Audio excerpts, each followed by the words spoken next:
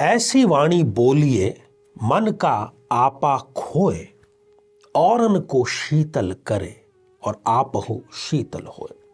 कबीरदास जी बहुत ही सरलतम भाषा में ये कह रहे हैं कि जब भी किसी से हम बात करते हैं, जब भी किसी से मुखातिब होते हैं, अपने मन के उद्गार यदि हमें एक्सप्रेस करने हों तो हमें चाहिए कि हम जो हमारा आपा है, हमारा जो ईगो है, हमारा जो अहंकार है, उसको एक तरफ साइड में ले जा करके रख दें। मन का आपा खोए और ऐसे शब्दों का इस्तेमाल करें जिससे कि हम स्वयं तो शीतल हो ही रहे हैं और सुनने वाला जो है वो भी शीतल हो।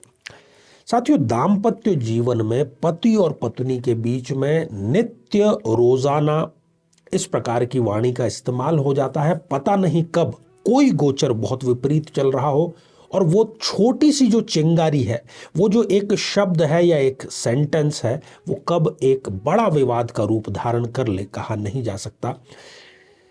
इसी से जुड़ी हुई एक बहुत महत्वपूर्ण बिंदु, बहुत महत्वपूर्ण सूत्र मैं आपको देने जा रहा हूं। यदि आप स्वयं शादीशुदा हैं, शादी करना चाहते हैं, कुंडली मिलान करना चाहते हैं, या आप ज्योतिष शास्त्र के विद्यार्थी हैं, तो ये सूत्र आपके बहुत बहुत बहुत काम आने वाला है। कुंडली मिलान में जल्दबाजी कभी भी ना करें, क्योंकि शादी बार बार नहीं होती, जीवन में केवल एक ही बार होती है। केवल गुण मिलान के भरोसे न रहें, मंगल का पूर्ण मिलान करें, संतान पक्ष का पूर्ण मिलान करें, ग्रहों का मिलान करें, भावों का मिलान करें, लग्न का मिलान करें। लग्न आप स्वयं हैं। तो कौन सी वो सबसे बड़ी गलती है जो यदि कर दी जाए तो फिर शादी को कोई नहीं बचा सकता।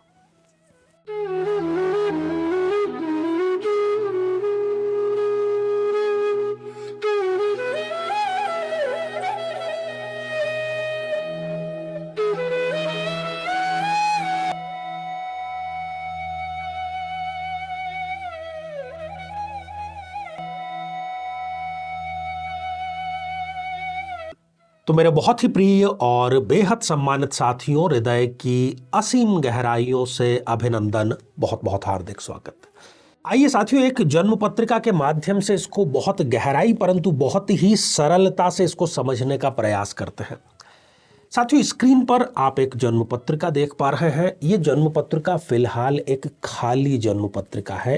एक एक करके मैं आपको 7 बिंदु यहाँ पर बतलाऊंगा, या नोट डाउन आप उसको कर लीजिए, या आपकी स्मृति बहुत शार्प है तो आप उसको स्मृति में रख लीजिए।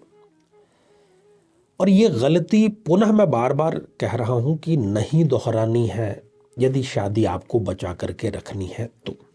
साथियों, ये जो लग्न भाव है, ये लग्न भाव होते हैं आप स्वयं। अब मैं यहाँ पर जो उदाहरण एक एक बतला रहा हूँ, आपको अपनी कुंडली पहले पता होनी चाहिए और इसके अनुसार जो भी आपके पास में प्रस्ताव आया है किसी कन्या का, किसी पुरुष का जो आपका भावी जीवन साथी है, उसमें ये एक बिंदु आपको देखना ही देखना चाहिए।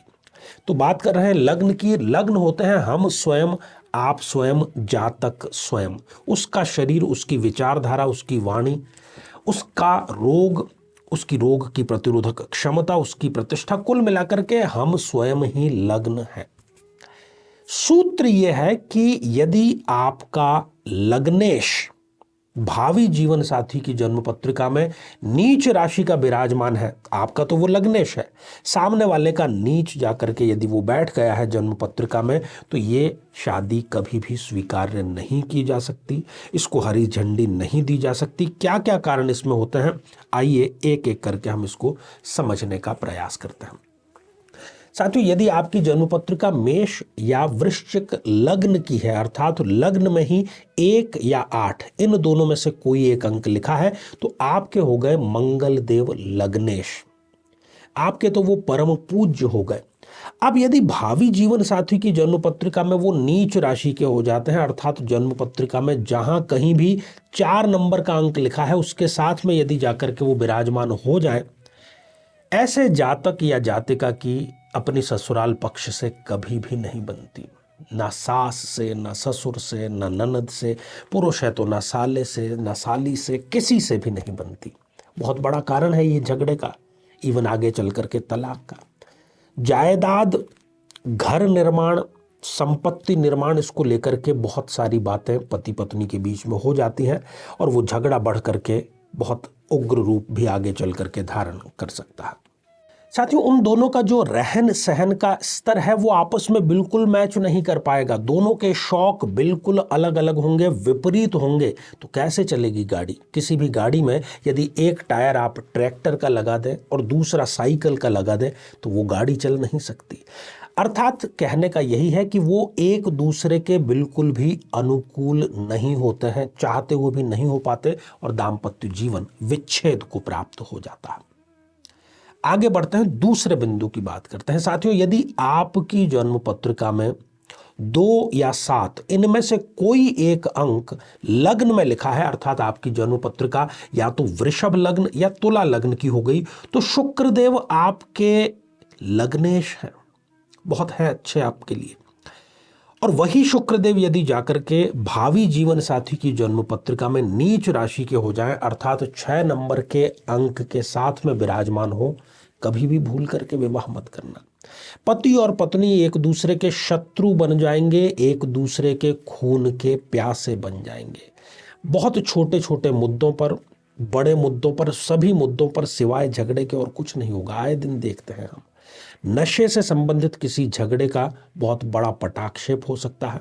जीवन साथी को कोई ऐसा रोग हो सकता है कि वो फिर जीवन साथी आपको किसी भी प्रकार से कोई सुख देने की स्थिति में ही ना हो।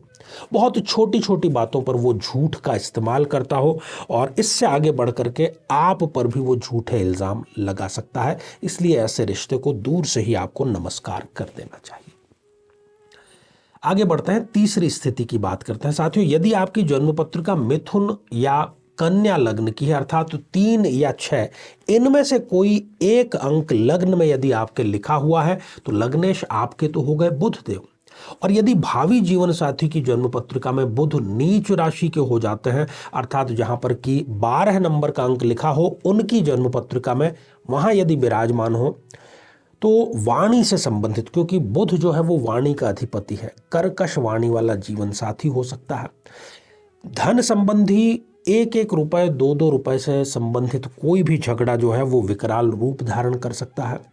ऐसा जो जीवन साथी है वो षड्यंत्रकारी जीवन साथी होता है और उनके बीच में फिजिकल रिलेशन कभी भी अच्छे नहीं रहते और वो एक दूसरे से बहुत दूर रहते हैं। कारण चाहे कोई भी हो, अलग अलग शहरों में नौकरी हो, ट्रांसफर नहीं हो रहा हो या व्यापारिक कोई स्थिति हो, तो कहने का अर्थ ये है कि इस स्थिति में ये दोनों साथ नहीं रहते, तो ये बिल्कुल भी उचित स्थिति नहीं कही जा सकती। इसलिए आपको सिवाय इसको मना करने के और कुछ भी नहीं करना। साथियों, आगे बढ़ते हैं और चौथी स्थिति की बात करते हैं। यदि आपकी जो जन्म पत्रिका है वो कर्क लग्न की यदि है, अर्थात 4 नंबर का अंक आपके लग्न में ही लिखा है, तो आपके लिए हो गए चंद्रमा लग्नेश। और यदि भावी जीवन साथी की जन्म पत्रिका में वो नीच राशि के हैं, अर्थात उनकी राशि ही वृश्चिक है, 8 नंबर के साथ में चंद्रमा यदि विराजमान है, जीवन साथी की आयु को कम करने का ये कार्य कर देगा, आयु में क्षति करने का कार्य कर देगा। दोनों का जो मेंटल लेवल है, जो मानसिक स्तर है, उसमें दिन और रात का फर्क होगा। एक अनपढ़ व्यक्ति और एक पीएचडी धारी व्यक्ति, इन दोनों का यदि विवाह संपन्न कर दें तो उनकी मानसिक जो स्थिति है उसका आप अंदाजा लगा सकते हैं। उसमें कभी भी संतुलन स्थापित नहीं हो सकता और ससुराल से तो कभी बन ही नहीं सकती। इसलिए इस रिश्ते को भी मना करना चाहिए। साथियों, आगे बढ़ते हैं। यदि आपकी सिंह लग्न की जन्म पत्रिका है, अर्थात लग्न में ही 5 नंबर का अंक लिखा है, तो आपके लग्नेश हो गए सूर्यदेव। और यदि अब भावी जीवन साथी की जन्म पत्रिका में सूर्यदेव नीच राशि के हो जाएं, अर्थात तुला में जाकर के बैठ जाएं, अर्थात 7 नंबर के अंक के साथ में बैठ जाए, ईगो का जबरदस्त क्लैश होगा। वो कहेगा कि मैं, वो कहेगा कि नहीं। दोनों एक दूसरे से आगे टांग रखने का प्रयास करेंगे। दोनों को किसी न किसी रूप में अपने रूप का, अपने गुण का अहंकार होगा, घमंड होगा। ऐसी स्थिति में जीवन साथी जो है वो सूर्य की दशा अंतरदशा में, जब भी उनको सूर्य की दशा अंतरदशा आएगी, वो किसी एक्स्ट्रा मैरिटल अफेयर की तरफ आकर्षित हो सकते हैं। जिससे जो विवाह है वो टूटन की कगार पर आ सकता है। साथ ही जीवन साथी को कोई एक ऐसा रोग भी जकड़ सकता है जिसको लेकर के पति पत्नी दोनों के बीच में विवाद की, चिड़चिड़ेपन की, बहस की स्थिति उजागर हो सकती है।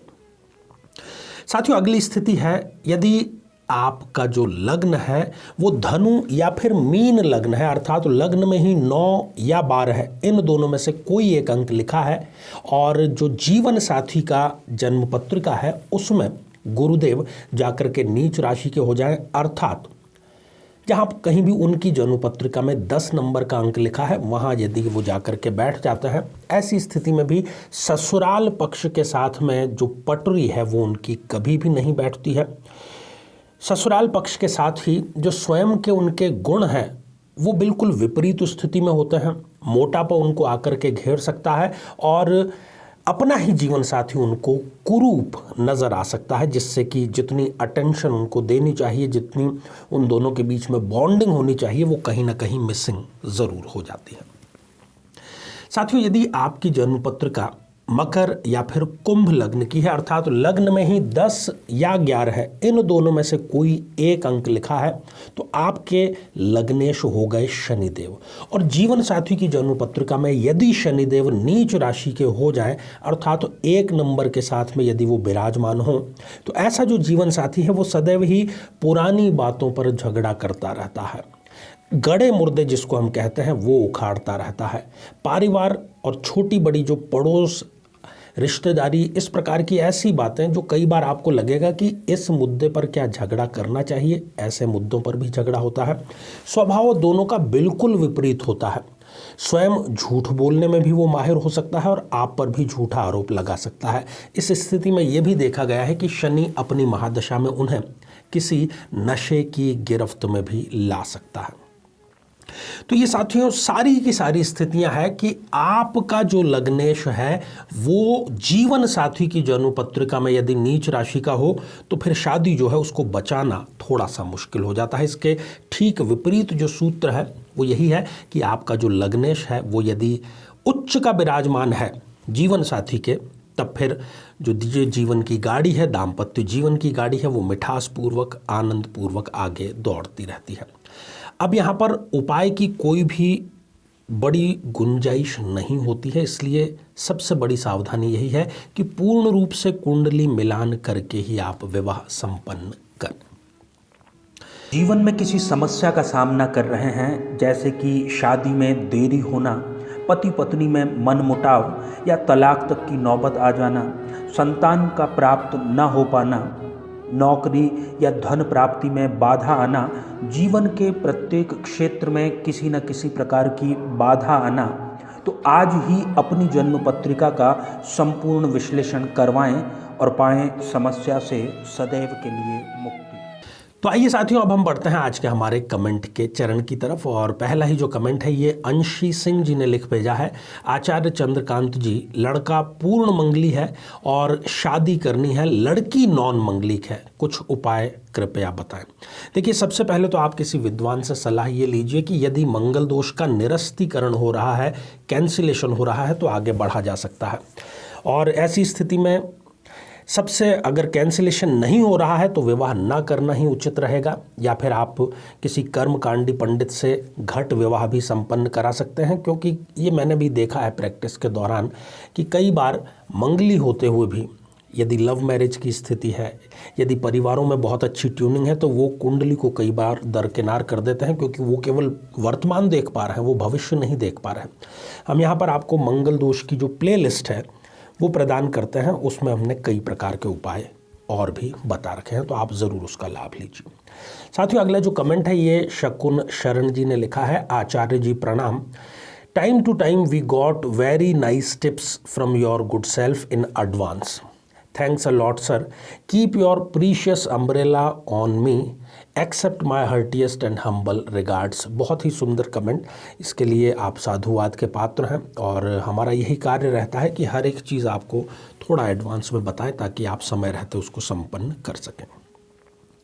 साथियों अगला कमेंट छाया त्यागी जी का है और आपने लिखा है मीन लग्न में लग्नेश गुरु बृहस्पति देव जी होते हैं, हर हर महादेव आचार्य जी। तो आपने हमारे द्वारा पूछे गए प्रश्न का उत्तर दिया। आपको भी ढेर सारी शुभकामनाएं और आशीर्वाद हृदय की असीम गहराइयों से। तो साथियों आज के लिए केवल इतना ही, और इसी मंगल कामना के साथ में कि आप सभी स्वस्थ, समृद्ध और शांतिपूर्वक जीवन व्यतीत करें। नमस्कार।